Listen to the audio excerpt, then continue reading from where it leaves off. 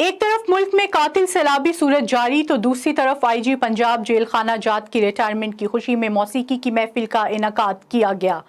साहिवाल में IG Punjab jail खाना जात मिर्जा शाहिद बेग के आज़ाज़ में फेयरवेल तकरीब। आर्ट काउंसिल में मुनक्किद तकरीब में रक्सो सरूर की महफिल का तड़का। 20 अक्टूबर 2022 को रिटायर होने वाले आईजी पंजाब जेल खाना जात मिर्जा शाहिद बेग के आज़ाज़ में आर्ट्स काउंसिल में महफिल मौसीकी का एहतमाम किया गया, जिसमें शरीक जेल एहलकारों ने गुलकारा के गानों की धुनों पर हल्ला गुल्ला और वालेहाना रक्स किया। एक तरफ तमाम इदारे सैलाब मुतासरीन के लिए इमदाद इकट्ठी कर रहे हैं और दूसरी तरफ हुकूमती इदारे ही लाखों रुपए रक्सो सरूर की महफिल में ज़ाया किए जा रहे हैं।